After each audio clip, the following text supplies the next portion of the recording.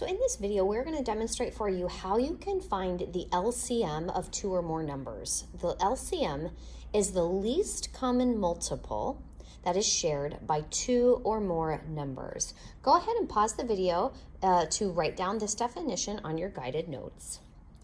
All right, so you may recall that finding multiples of numbers, in your math journal, next to the page where you're going to put these guided notes, I'd like you to write this along with me. Okay, so let's say I wanted to find the least common multiple of these two numbers. Again, we'll use 6 and 9. I can start listing out the multiples of each. So 6, 12, 18, 24, 30, 36, and so on and so forth. I can then list out all the multiples of 9. So 9, 18, 27, 36, 45, 54, and so on and so forth. Now, if I wanted to find the least common multiple, I'm going to find all the multiples they have in common. Okay, so they both share an 18, they share a 36, and I want to find the least of them.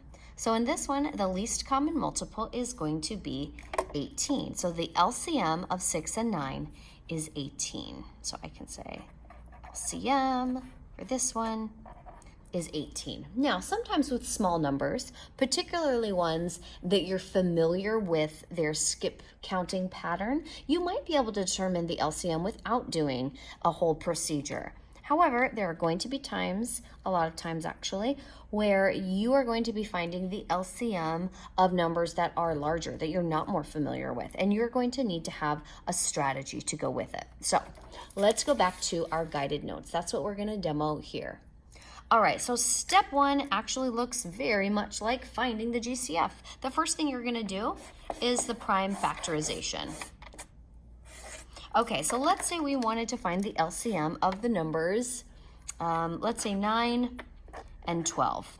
I'm going to then go to prime factorization. So 9 is equal to 3 times 3. Both of those are prime numbers, so I can stop there. And then I'm going to go to 12. That is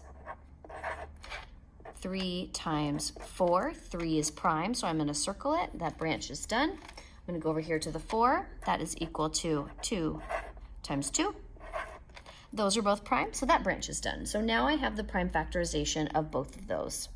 All right, so my next step, just like with finding the GCF, I am going to organize and compare my numbers. However, what I pull out from my Venn diagram or what I pull out from my list is going to be different. All right, so I am going to first look for what prime factors they have in common. So I can see that 9 and 12 share a prime factor of 3. So I'm going to put it in the overlapping part of the Venn diagram that they share. I'm going to write 1, 3 there. So I'm going to take it from each one and I'm going to boil it down to a single one because it overlaps. It says that they share it. I'm then going to check to see if they share any others. All right, and I see that no, they don't.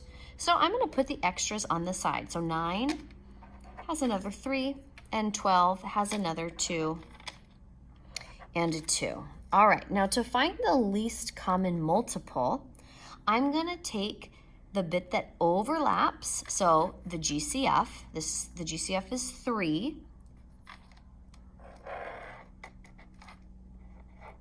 And then I'm going to include all of the extras. So that would be 3. And then I'm going to bring down this extra here times 3. And then I'm going to bring down each of these extras here times 2 times 2. So 3 times 3 times 2 times 2 is going to be 36. All right, so if I don't like the Venn diagram way, I can make a list of factors. Okay, so I'm going to write out the factors of each of those.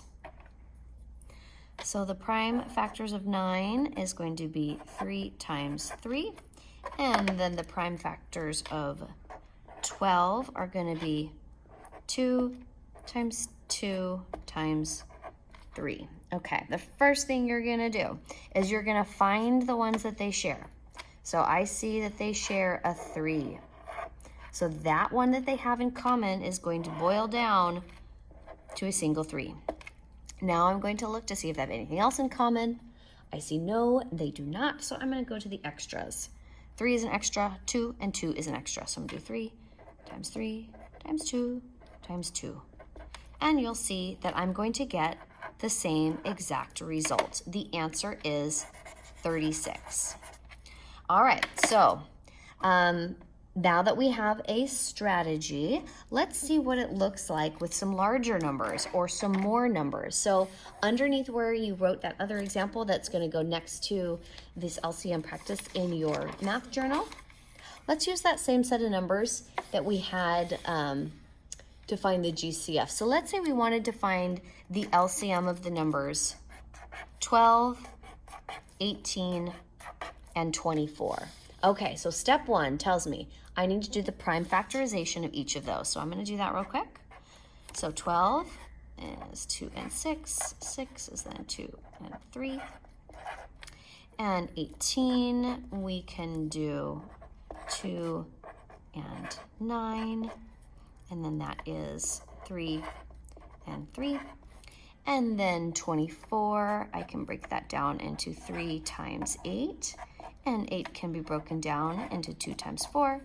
And 4 can be broken down into 2 times 2. All right, I've done all my branches. I have the prime factorization of all of those numbers.